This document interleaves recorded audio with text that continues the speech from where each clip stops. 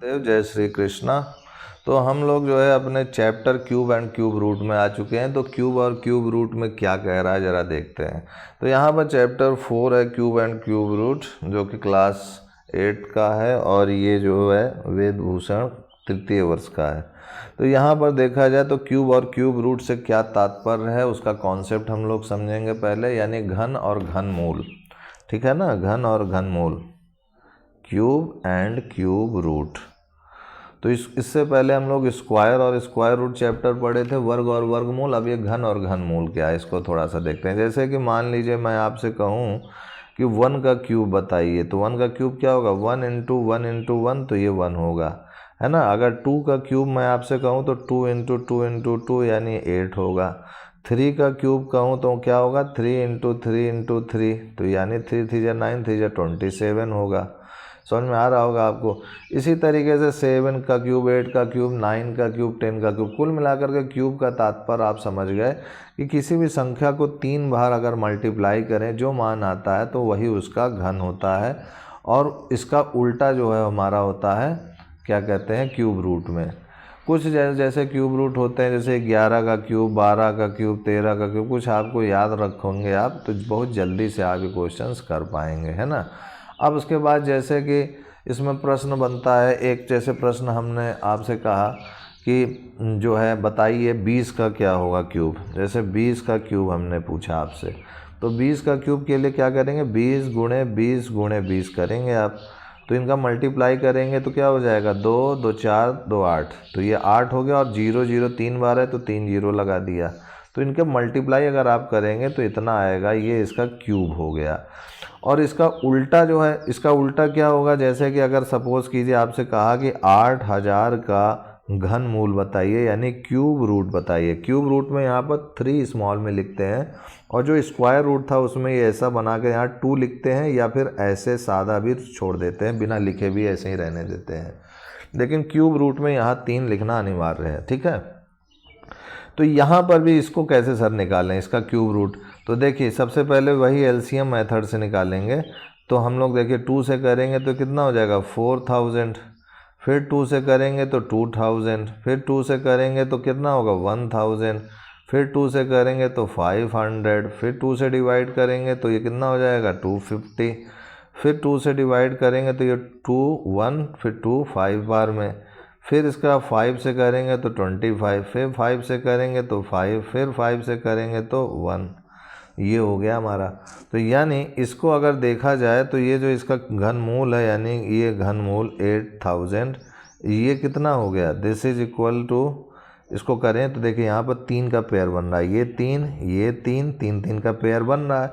तो जैसे square root में यानी वर्गमूल में हम लोग 2 2 का पेयर बना के करते थे, घन मूल में हम लोग 3 3 का पेयर बनाएंगे। तो 3 3 का पेयर बनाएंगे तो यहाँ पर इसको क्या लिख सकते हैं आप, 2 क्यूब, क्योंकि 2 की पावर 3 यानी ये 3 बार 2 2 का गुणा है। इसी तरह यहाँ भी 2 क्यूब, और यहाँ पर देखिए 5 क्यूब, और यहाँ पर ये क्यूब रूट की ये 3 जरूर लिख दीजिएगा छोटा सा।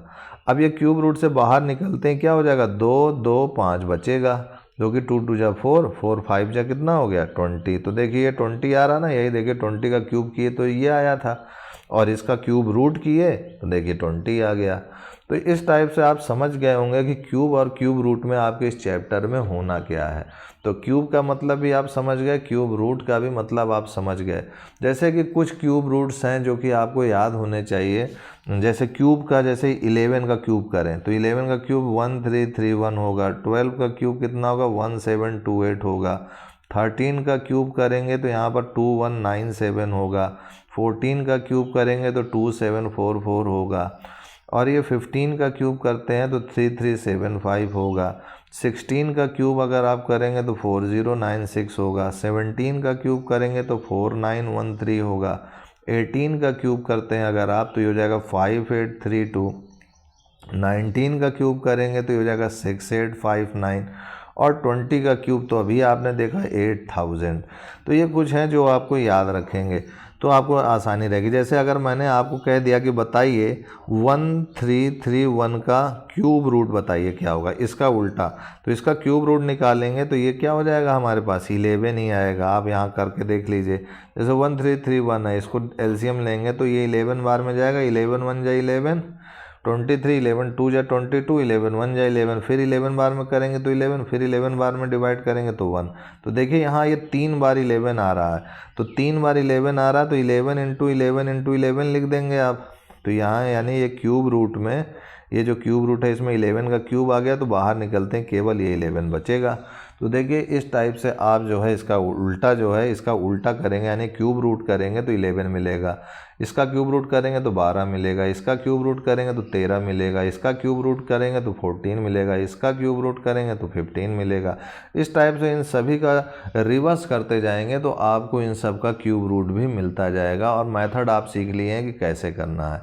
अब इसमें एक क्वेश्चन ये बनता है, जैसे आपसे कोई कह दे कि 216 है, इसको चेक करके बताइए कि क्या ये पूर्ण घनमूल है कि नहीं, यानी परफेक्ट क्यूब है कि नहीं। तो उसी तरीके से आप एलसीएम मेथड का यूज़ करेंगे। पहले 2 से डिवाइड करेंगे तो 2 1 जा, फिर यहाँ पर 0, 2 8 जा 16, फिर 2 5 जा 10 और 2 4 जा, फिर 2 बार में करेंगे 27, फिर 3 बार में करेंगे 9, फिर 3 बार में करेंगे 3, फिर 3 बार में करेंगे तो 1।